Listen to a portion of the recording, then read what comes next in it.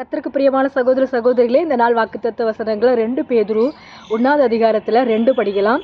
கர்த்தரை அறிகிற அறிவினால் உங்களுக்கு கிருபையும் கர்த்தரை அறிகிற அறிவினால் கிருபையும் சமாதானமும் பெருக கடவுது.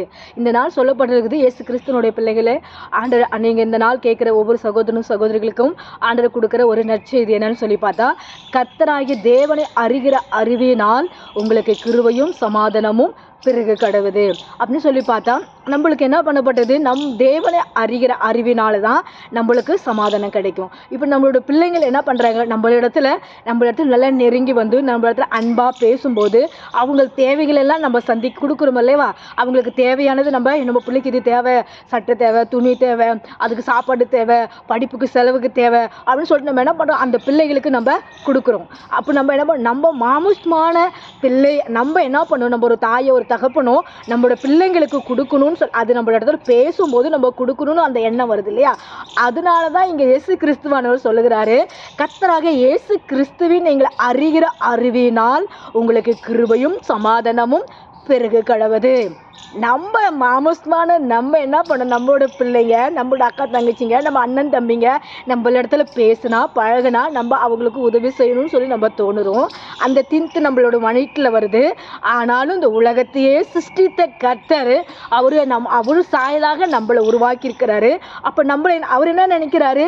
என் மகனே, என் மகளே, நீ என்னிடத்துல வா, நீ என்னிடத்துல கேள், நீ என்னிடத்துல ஜெபம் பண்ணு, நீ உன்னோட தேவைகளெல்லாம் நான் சந்திப்பேன் அப்படின்னு சொல்கிறாரு.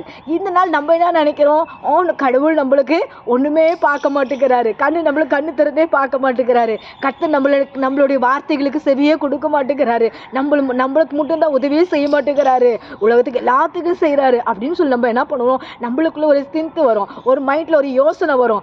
ஆண்டவராக இயேசு கிறிஸ்துவானவர் இந்த நாள் உங்களுக்கு நற்செய்தி, ஒரு சகோதரனே, சகோதரியே, வாலிப பிள்ளையே, பசங்க, தம்பிங்களே, ஆண்டவராக இயேசு கிறிஸ்துவானவர் உங்களுக்கு சொல்லுகிறார் என்னன்னா, நீ அறிகிற அறிவினால் உங்களுக்கு சமாதானமும் கிருபையும் பெருக கடவுது.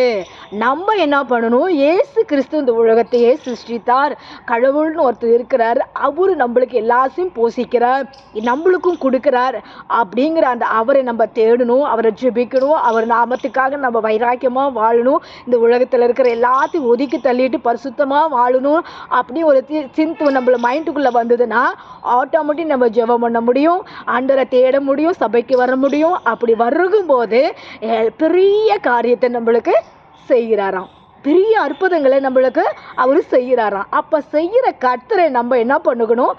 பற்றி கொள்ளணும். பற்றி கொள்றதுக்கு அதனால தான் அவரோட நாமத்தை அறிகிற அறிவினாலே உங்களுக்கு சமாதானமும் கிருபையும் பெருக கடவுது. இந்த நாள் நீங்கள் கேட்குற சகோதரன் சகோதரியே, இந்த நாள் வரையும் நீங்கள் ஆண்டவரை அறியாமல் இருந்திருப்பீர்கள்னா, நீங்கள் இன்னுமேலும் ஆண்டவர் அறிகிற அறிவினால் நீங்கள் என்ன பண்ணுங்க?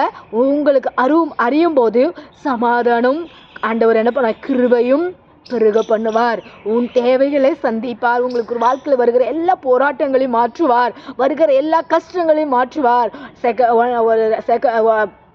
2 பேதுரு 1வது அதிகாரத்தில் 2 இந்த வசனத்தை கேட்ட உடனே நீங்கள் என்ன பண்ணுங்க? ஆண்டவர் இடத்துல உங்கள் வாழ்க்கையை ஒப்பு கொடுங்க, உங்கள் மனதை ஒப்பு கொடுங்க. கர்த்தர் பெரிய காரியங்களை செய்வாராக. God bless you everyone. Praise the Lord.